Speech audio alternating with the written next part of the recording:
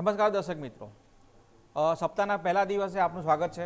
આ બુલેટિનમાં આપણે જોઈશું કે 1 એપ્રિલથી જે પેસ્ટિસાઇડના જે નિયમોમાં ફેરફાર થાય છે બાયો ફર્ટિલાઇઝરમાં, સાથે સાથે જો એ પણ જોઈશું કે પેસ્ટિસાઇડના જે છે એ મોંઘું થઈ રહ્યું છે અને એનું જે મેઇન જે કારણ છે એ યુદ્ધનું છે। સાથે આપણે જોઈશું કે બનાસ ડેરી છે એ આત્મનિર્ભર તરફ એનું એક પહેલું પગલું ભર્યું છે, એ બધા પર નજર કરીશું। એ પહેલાં જોઈએ હેડલાઇનો। કૃષિ અને ખેડૂત કલ્યાણ મંત્રાલય દ્વારા નવા નિયમ જાહેર। બાયો ફર્ટિલાઇઝર પેકની સાઇઝ માટે નવા નિયમ જાહેર કરાયા। નવા નિયમ 1 એપ્રિલથી લાગુ થશે। નોટિફિકેશન પહેલાના પેક ઉપર નવા નિયમ લાગુ નહીં થાય। બનાસ ડેરીની ઉર્જા ક્ષેત્રે આત્મનિર્ભર પહેલ। પશુપાલક પાસેથી ગાયનું ગોબર ખરીદી બનાવાય છે બાયોગેસ। પશુપાલકની આવકમાં થયો વધારો, સાથે પર્યાવરણનું થઈ રહ્યું છે સંરક્ષણ। ઉર્જા સંકટ વચ્ચે બનાસકાંઠા બન્યું દેશનું પ્રેરણારૂપ સ્ત્રોત।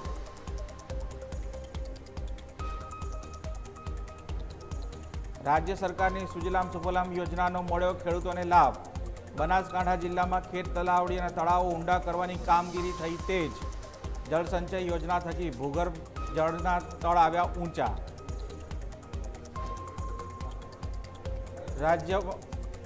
રાજ્યમાં વેસ્ટર્ન ડિસ્ટર્બન્સ સક્રિય। હવામાન વિભાગે જાહેર કરી માવઠાની આગાહી। રાજ્યમાં વેસ્ટર્ન ડિસ્ટર્બન્સ સક્રિય થતાં કચ્છ, પાટણ, મોરબી, સુરેન્દ્રનગર, દાહોદ અને પંચમહાલ જિલ્લામાં માવઠાની સંભાવના વ્યક્ત કરી હવામાન વિભાગે।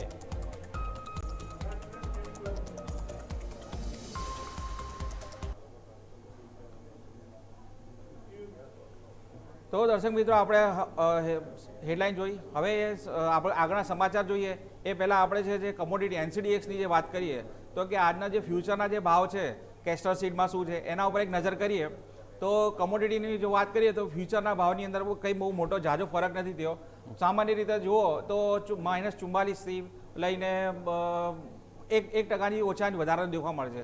કેસ્ટર સીડની જો વાત કરવામાં આવે તો કેસ્ટર સીડની અંદર જો જઈએ તો 65,059, એટલે કાલના જો શુક્રવારના ભાવથી વાત કરીએ તો શુક્રવારના ભાવની અંદર બહુ ઝાઝો ફરક નથી, પણ આજના દિવસે -44% દેખાવામાં આવ્યું છે। કોટન કેકની વાત કરવામાં આવે તો કોટન કેકની વાત કરવામાં આવે તો એનો 3565 જેટલો ભાવ છે। એની અંદર સારો એવો વધારો છે, 0.18%નો વધારો દેખાઈ રહ્યો છે અને આમ જોવા જઈએ સ્ક્રીન ઉપર તમને 0.82% દેખાશે। અને ગુવાર ગમની જો વાત કરીએ તો ગુવાર ગમની અંદર છે 10,365 એનો ભાવ બોલાઈ રહ્યો છે અને સાથે જોવા જઈએ તો એમાં બી 0.55%નો વધારો છે। અને ગુવાર સીડની જો વાત કરવામાં આવે તો ગુવાર સીડની અંદર બી 55-25નો ભાવ બોલાવવામાં આવે છે, જેની અંદર 0.45%નો ભાવ થયો છે। પણ જો અહીંયા વાત કરીએ તો જે જીરું છે એ જીરાનો ભાવ જે 22,000 બોલાતો હતો એની અંદર 100 રૂપિયાનો ઘટાડો દેખવા મળ્યો છે અને એ ઘટાડાની અંદર જોવા જઈએ તો અત્યારે ભાવ છે 21,900 આસપાસ છે, પણ આમ જોવા જઈએ તો એની અંદર છે 0.79 જેટલો ઘટાડો દેખાવામાં આવે છે। એટલે આમ જોવા જઈએ તો કોમોડિટી માર્કેટ છે અત્યારે હાલ કોમોડિટી માર્કેટનો જે ફ્યુચર છે એ શાંત છે। જોઈએ હવે આની અંદર કોઈ મોટો ઉછાળો આવે છે કે નહીં। એ પહેલાં આપણે જો સૌથી પહેલાં મહત્ત્વના સમાચાર ઉપર નજર કરીએ તો જે પેસ્ટિસાઇડના ભાવ વધારો છે એનો એક મહત્ત્વના સમાચાર આવી રહ્યા છે। પેસ્ટિસાઇડના ભાવમાં વધારો થવાની ભીતિ જોવામાં દેખાઈ રહી છે।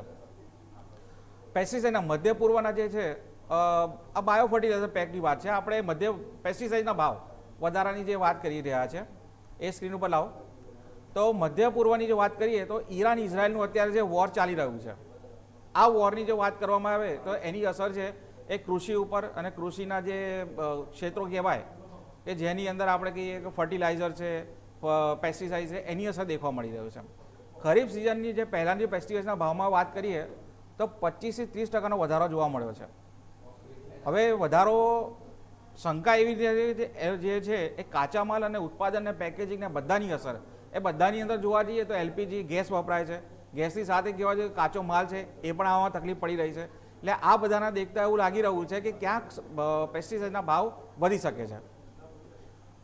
અને જો વાત કરીએ તો ચીન દ્વારા જે કાચા માલનો જે ભાવ છે એમાં વધારો કરવામાં આવ્યો છે અને એક્સપોર્ટમાં ઘટાડો કરવામાં આવ્યો છે, એટલે ભાવ તો વધાર્યો છે અને સાથે નિકાસ ઉપર છે એના પર બી એને થોડુંક રિસ્ટ્રિક્શન નાખ્યું છે। અને સલ્ફર જેવા મુખ્ય કાચા માલ છે એની જો વાત કરીએ તો એમાં તેજી દેખવા મળી છે। અને પેસ્ટિસાઇડના ભાવની અંદર એવું કહેવામાં આવે છે કે 25થી 30% જો વધારો થશે તો આ ખેડૂતોને વધારાનો અતિરિક્ત બોજો પડી શકે છે। આમ જોવા જઈએ તો આપણી જે સરકાર છે કેન્દ્ર સરકાર એ ખાતર ઉપર સબસિડી મળે છે, પણ જો વધેલા ભાવ છે અને એ માર્કેટ આધારિત છે અને એનો સીધો અસર છે સરકાર એના પર કોઈ સીધો કંટ્રોલ રાખી શકતી નથી, કારણ કે જો પ્રોડક્શન જ જો એનું મોંઘું થશે, મટીરિયલ જ મોંઘું આવશે તો ડેફિનેટલી જે વેપારીઓ છે, ટ્રેડર્સ છે, ભાવ વધારવાના છે. એટલે સરકારનો કોઈ સીધો કંટ્રોલ નથી પેસ્ટિસાઇડ ઉપર. તો ખેડૂતોના ખર્ચમાં વધારો થઈ શકે છે અને બની શકે નફામાં થોડો ઘટાડો આવી શકે છે. તો ધવલભાઈ, અહીંયા સીધો મારો એક જ પ્રશ્ન છે કે જો પેસ્ટિસાઇડ અને ખાતર જો મોંઘું થયું તો એ ખેડૂતોની આવક ઉપર ઘટાડો થશે કે નહીં? એ ચોક્કસ, કારણ કે જોવા જઈએ તો જે રીતે પેસ્ટિસાઇડ અને ખાતર મોંઘું થશે તો તેની ચોક્કસ અસર જોવા મળશે. કારણ કે સ્થિતિ અહીંયા આગળ હવે એવી છે કે જો ખર્ચ વધે છે તો પછી ખેડૂતનું જે ઉત્પાદન ખર્ચ છે તે વધી જશે, તેની આવકમાં ઘટાડો થશે. એટલે જો તેને તે નુકસાન સહન ના કરવું હોય તો સ્વાભાવિક છે કે પછી જે તે જણસ છે તેના ભાવમાં વધારો થશે. એટલે આ પરિસ્થિતિની અંદર અહીંયા ખર્ચ તો વધવાનો છે, પરંતુ અહીંયા એનાથી મોટી પરિસ્થિતિ એ છે હવે કે જે રીતે મધ્ય પૂર્વમાં જે સ્થિતિ ઊભી થઈ છે તો તેના કારણે રો મટીરિયલ જ નથી આવી રહ્યું. તો આ રો મટીરિયલ ના આવવાના કારણે આ જે ઉત્પાદન છે તે પહેલાં તો થઈ શકશે કે નહીં તે એક મોટો સવાલ છે. કારણ કે સમયસર જો અત્યારે તો વડાપ્રધાન તરફથી ખાતરી આપવામાં આવી છે કે ભાઈ કોઈ પણ પ્રકારની જે સપ્લાય છે તેની અંદર કોઈ પણ પ્રકારનો વિક્ષેપ ના થાય ને બધું સમયસર મળી રહે તે રીતે આયોજન કરવા અધિકારીઓ અને મંત્રાલયોને જણાવ્યું છે. પરંતુ અત્યારે તો સ્થિતિ કોઈ એવી વાંધાજનક નથી, પરંતુ જે રીતે હવે 2 મહિના રહીને જૂનની અંદર આપણે અહીંયા ઘણા બધા મે એન્ડની અંદર વાવેતર શરૂ થઈ જાય છે ખરીફ સિઝનનું, તો ત્યાં આગળ જો હજી આ પરિસ્થિતિ એકાદ મહિનો વધારે ખેંચાય છે તો આવનારા દિવસોમાં સ્થિતિ બગડી શકે છે. એટલે અહીંયા ખેડૂતોને ઉત્પાદન ખર્ચ વધવાનો છે, પરંતુ તેના કરતાં પણ હવે ગંભીર સ્થિતિ એ થવાની છે કે જો આ યુદ્ધ ઝડપથી ના વકર્યું, આપણા માટે સારી વાત એ છે કે જે રીતે આપણે એલપીજી અને ક્રૂડના જહાજો આવી રહ્યા છે તે પ્રમાણે બની શકે છે કે યુરિયાનું જે રો મટીરિયલ છે તેના જહાજો અંગે પણ આવનારા દિવસોમાં વાતચીત કરીને તે એક આવી શકે છે. એટલે આ બધાની વચ્ચે આપણે જોઈએ તો ખાસ કરીને જે અહીંયા એક આ સ્થિતિ જોવા મળી રહી છે તો તેની વચ્ચે ખર્ચ તો વધવાનો છે, પરંતુ સાથે સાથે અહીંયા હવે રો મટીરિયલને કોઈ ચિંતા ના થાય તે ખાસ જોવાનું રહેશે.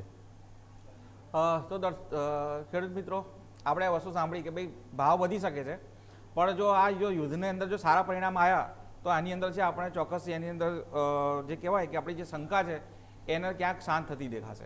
હવે જો અન્ય એક સમાચાર વાત પર કરીએ તો બાયો ફર્ટિલાઇઝર માટે નવા નિયમો એગ્રીકલ્ચર મિનિસ્ટ્રી છે એને બહાર પાડ્યા છે. હવે આ નવા નિયમોમાં કઈ રીતનું છે કે જે બજારની એકરૂપતા જળવાય અને ગુણવત્તા જળવાઈ રહે એના માટે જે સ્ટાન્ડર્ડ પેક સાઇઝ નક્કી કરવામાં આવી છે મંત્રાલય દ્વારા. હવે એની અંદર છે વામ એટલે વેસ્ક્યુલર આર્બક્યુલર માઇક્રોસ જેનું પેક આવે છે એક જે કહેવાય કે આપણે જે કહેવાય ને કે એના બાયો ફર્ટિલાઇઝર કહેવાય, ફર્ટિલાઇઝરનો એક પેક છે જેનું જે 500 ગ્રામથી લઈને 5 કિલોગ્રામ સુધીની મર્યાદામાં નક્કી કરવામાં આવશે. એટલે એક સ્ટાન્ડર્ડ પ્રમાણે 500 ગ્રામ, 1 કિલો, 2 કિલો, 5 કિલો એ રીતે તમને સ્ટાન્ડર્ડ પેકમાં મળશે. સાથે સાથે એને એવું કીધું છે, સાથે એવું છે કે સ્પોર આધારિત, સ્પોર એટલે જે કેમિકલ આવે છે એનો જે ઓછામાં ઓછું 100 ગ્રામનું પેકેટ પણ તમને હવે ખેડૂતોને મળતું રહેશે કે જે પાણીમાં મિક્સિંગ કરવા માટે એના માટે જરૂર પડે છે. પછી કેરિયર બેઝ જે બાયો ફર્ટિલાઇઝર છે એના પેકેટની અંદર 200 ગ્રામથી લઈને 1 કિલોગ્રામ સુધીનું કરવામાં આવ્યું છે. અને લિક્વિડ બાયો ફર્ટિલાઇઝર છે એ લિક્વિડ બાયો ફર્ટિલાઇઝર છે 50 મિલીથી લઈને 1 લીટરનું કરવામાં આવ્યું છે. હવે આ બધા વધારા અને સુધારા જે છે એ 1 એપ્રિલ 2026થી લાગુ પડશે, એટલે કહી શકાય કે 2 દિવસ પછી લાગુ પડશે. પણ આ નોટિફિકેશન પહેલાં જે માલ આવી ગયો છે એના પર આ નિયમ લાગુ નહીં પડે. એટલે આના પરથી એ છે જે બાયો ફર્ટિલાઇઝરનું જે કહેવાય કે માની લો કે ખેડૂતનું 1 એકરનું જમીન છે, 1 એકરની જમીન છે, તો એ જમીનમાં એને માની લો કે 500થી ઓછું જોઈએ છે, એટલે 1 લીટર નથી જોઈતું, 500 ગ્રામ 500 મિલી જોઈએ છે, તો એને હવે મળશે. એ સરકારે ધ્યાન રાખ્યું છે. એટલે આ રીતની વાત થયેલી છે. અને અન્ય જો બીજા એક સમાચાર ઉપર જો આપણે નજર કરીએ ને તો જે ગુજરાતનું જે બનાસ ડેરી છે ને એ એક નવી પહેલ કરી છે એને. અને બનાસ ડેરીનું જે આત્મનિર્ભર પગલું છે ને એ દેશ અને દુનિયા માટે એક કહેવાય ને કે આદર્શ પગલું કહી શકાય. હવે બનાસ ડેરી કરે છે શું તો કે ખેડૂતો પાસેથી એ ગોબર લે છે, પશુપાલકો પાસેથી જે કહેવાય સ્લરી ખરીદે છે અને એમાંથી એલપીજી બનાવે છે. અને એ જે એલપીજીનો જે ઉપયોગ છે ને એ રસોઈને એના માટે બનાવવામાં ઉપયોગ થાય છે. સાથે સાથે જોવા જઈએ ને તો આ જે છે એનાથી એક ખેડૂતોને આવક, એક એક્સ્ટ્રા ઇન્કમ ઊભી થાય છે, સાથે પર્યાવરણનું જે કહેવાય કે પર્યાવરણનું જતન થાય છે. અને આ જે બાયોગેસ છે એનું જે વધેલું ખાતર છે એ ફર્ટિલાઇઝર તરીકે ઉપયોગ થાય છે અને સેન્દ્રિય ખાતર તરીકે વપરાય છે. તો આ જે કહેવાય ને કે સસ્તું બાળોનું સિદ્ધપુરની યાત્રા જેવી વાત ખેડૂતો માટે કહેવાય કે ખેડૂતોનું જે છાણ છે, ગોબર છે, એના કહેવાય વેસ્ટ થાય છે અને આમાંથી એમને આર્થિક ઉપાર્જન થાય છે. હવે આ અંગે આપણા જે છે બનાસ ડેરીના ચેરમેન એમને શું પ્રતિક્રિયા આપી છે શંકરસિંહ ચૌધરી, આવો સાંભળીએ.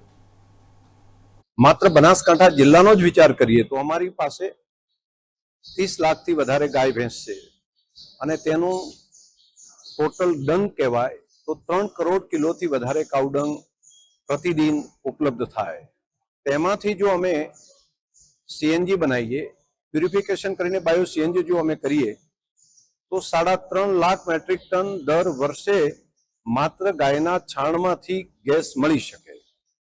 અમારી પાસે 450 થી વધારે કમ્પ્રેસ બાયો સીએનજી પંપ બનાવવાની ક્ષમતા અહીંયા છે અને જેના કારણે દર વર્ષે 6.5 કરોડથી વધારે વ્હીકલો આ બાયો સીએનજી પંપમાંથી ગેસ ભરાવી શકે. આટલા ગેસની ઉપલબ્ધતા પણ થાય અને તેનાથી પણ વધુ તેમાંથી તૈયાર થયેલું જે સોલિડ છે, સોલિડમાંથી જે ખાતર બને તે ખાતરમાંથી પૂરા જિલ્લાની અંદર ડીએપી યુરિયાનો બદલે એક જૈવિક ખેતી કરવાનું કામ તે પણ થઈ શકે. તો દર્શક મિત્રો આપણે સાંભળ્યું કે આ જે પહેલ છે ને એનાથી પહેલથી શું થયું, એક તો આત્મનિર્ભરતા વધી કઈ રીતે કે જે ખેડૂત જે રસોઈ બનાવવા માટે કે જે બાકી બધા પ્લાન્ટ માટે જે એલપીજી જોઈએ છે એલપીજીનો ઉપયોગ ઘટી ગયો, સામે ખેડૂતોની આવકમાં વધારો થયો અને જે સ્લરી જે છે એ સેન્દ્રિય ખાતર તરીકે ઉપયોગ થાય છે એના માટે યુરિયા ડીએપી માટે જે જમીનનો જે ઉપયોગ છે એ ઘટી ગયો અને રાસાયણિક ખાતરોનો ઉપયોગ ઓછો થવાથી જમીનને ફાયદો થયો. જમીનની અંદર જે ઓર્ગેનિક જે કહેવાય કે કાર્બન કહેવાય ઓર્ગેનિક કાર્બન એનો વધારો થયો છે. એટલે આ જે પહેલ છે એ સારી એક પહેલ છે અને અમારા આ પ્લેટફોર્મ પરથી અમે અપીલ કરીએ છીએ દરેક ખેડૂત મિત્રને કે ભાઈ બને ત્યાં સુધી શક્ય હોય ત્યાં સુધી છે રાસાયણિક ખાતરનો ત્યાગ કરો અને જે પ્રાકૃતિક ખેતી છે એનો ઉપયોગ કરો, એનો સ્વીકાર કરો. હવે આવી જ એક પહેલ છે એ આપણને ગાંધીનગરના અડાલજ વિસ્તારમાં છે. વૈકલ્પિક ઉર્જાનો અસરકારક ઉપયોગ જે છે ને એ જોવા મળ્યો છે. હવે એની અંદર માણેકબા વિનય વિહાર કરીને એક સંસ્થા છે એને અનોખી પહેલ કરી છે. એને એ આ જે પહેલ પર છે એમનો જે વિચાર છે ને થિંક ગ્લોબલ એક્ટ લોકલ જેવી વાત કરી છે. એમને બાયોગેસના પ્લાન્ટની વાત કરીએ તો 500થી વધુ લોકો છે એ આ પ્લાન્ટનો ઉપયોગ કરી અને રસોઈ બનાવે છે. વૈકલ્પિક ઉર્જાનો અસરકારક ઉપયોગ જે કહેવાનું જે ઉત્તમ ઉદાહરણ કહેવાય ને આપણી નજર સામે છે. છેલ્લા 5 વર્ષની અંદર જો ગુજરાત રાજ્યની વાત કરીએ તો 190થી વધારે બાયોગેસ પ્લાન્ટ છે એ કાર્યરત છે અને દૈનિક આશરે કહેવાય તો કે 13,000 ઘન મીટર જેટલી સ્વચ્છ ઉર્જાનું ઉત્પાદન થાય છે. આમ જોવા જઈએ તો સરકાર બધી રીતે કામ કરે છે પણ આની અંદર વિશેષ કામ એવું કરે છે કે બાયોગેસ પ્લાન્ટ માટે સરકાર છે 75% સુધી સબસિડી આપે છે. એટલે તમે 100 રૂપિયા જો ખર્ચ કરો તો સરકાર તમને 75 રૂપિયા સુધીની સહાય આપે છે. તો આ મહત્વની એક વસ્તુ છે. સરકાર પણ એના માટેના ઇનિશિયેટિવ લઈ રહી છે અને એના પર કામ કરી રહી છે. જો પ્લાન્ટની વાત કરીએ તો સેન્દ્રિય ખાતર તૈયાર થાય છે અને એ સેન્દ્રિય ખાતર જે ખેડૂતોને મળે છે અને આગામી વર્ષમાં જે ગુજરાત સરકાર છે એનું લક્ષ્ય એવો છે કે આ એક પ્લાન્ટની આવા છે કે અનેક પ્લાન્ટો ઊભા થાય એ માટેનું છે. તો આવો સાંભળીએ કે આ અંગેનું જે થિંક ગ્લોબલ અને એક્ટ ગ્લોબલ ઉપર કઈ રીતે કામ થઈ રહ્યું છે. આવો સાંભળીએ. સંસ્થાને પહેલો ફાયદો તો આર્થિક ફાયદો થયો છે કે ગેસના બાટલાનો ઉપયોગ ઘટ્યો છે એટલે સંસ્થાને આર્થિક રીતે એક ફાયદો થયો છે. ઉપરાંત અમે ખેતીવાડીમાં અમારી જમીન સુધારણા માટે સ્ટડીનો બહુ સારો ઉપયોગ થયો છે. જે આપણે ખાતરો વાપરીએ છીએ રાસાયણિક ખાતરો એના કારણે જમીનની ઉત્પાદન ક્ષમતા ઘટે છે. એના બદલે આનો ઉપયોગ કરવાથી અત્યારે અમારે જમીન પણ સુધરી છે અને પાક ઉત્પાદન પણ ફેરફાર થયો છે. તો દર્શક મિત્રો આપણે સાંભળ્યું કે ભાઈ આ બાયોગેસ છે એનો ઉપયોગ એનો ફાયદો થઈ રહ્યો છે. તો અને બીજા એક અન્ય સમાચાર ઉપર જો વાત કરીએ તો સુજલામ સુફલામ યોજના છે એ રાજ્ય સરકારની બહુ છે મહત્વકાંક્ષી યોજના છે અને એના છે ને એ યોજનાનો લાભ ખેડૂતોને બહુ સારો એવો મળી રહ્યો છે. એનું કહેવાય ને કે હાથ કંગન આંસિક્યા જેવું છે. એટલે તમારી નજર સામે છે એ આ સમાચારમાં તમને ખ્યાલ આવી જશે કે જળશક્તિ મંત્રાલય અને રાજ્ય સરકારની સુજલામ સુફલામ યોજના છે એનો લાભ સીધો ખેડૂતોને મળ્યો છે. એ આ છે પુરવાર કરે છે. બનાસકાંઠા જિલ્લામાં ખેત તલાવડી અને તળાવ ઊંડા કરવાની કામગીરી છે એ તેજ થઈ રહી છે. હવે ઉનાળો ચોમાસું આવે છે. ચોમાસું પહેલાં આ રીતની પ્રક્રિયા જો સરકાર દ્વારા કરવામાં આવે તો તળાવ ઊંડાઓ થાય, પછી જે તળાવની અંદર ખરાબો છે એ નીકળી જાય અને જે તળિયા છે એના થોડા સોફ્ટ થાય અને પાણી અંદર ઉતરતું થાય. એ સરકારનો અને આ જે કહેવાય આ યોજનાનો મુખ્ય હેતુ છે. હવે જ્યારે થાય ત્યારે શું થાય કે તળાવની અંદર છે કે બોર્ડર એક વ્યવસ્થિત બને અને જે તળિયા છે એના અંદર જે કહેવાય ભૂગર્ભ જળ છે એ એવું પાણી નીચે ઉતરે અને તળાવ ધીમે ધીમે ઉપર આવે. તળાવની આસપાસનું જે પર્યાવરણ છે એ પણ ચોખ્ખું થાય અને ચોખ્ખું પાણી ગામના લોકોને અને ખેતી માટે મળતું થાય.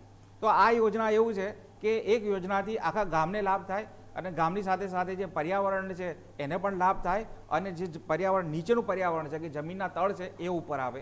તો જોઈએ કે આ યોજનાના લાભ અને આ યોજનાને ખેડૂતોએ કેવી રીતે વધાવી છે, આવો સાંભળીએ. વડગામ તાલુકાની અંદર સૌથી મોટો મુદ્દો એટલે કે ખેડૂતો માટેનો મુદ્દો હતો અને એ પાણીની તંગી એ ખૂબ આજે ધીમે ધીમે વિકરાળ સ્વરૂપ લઈ રહી હતી.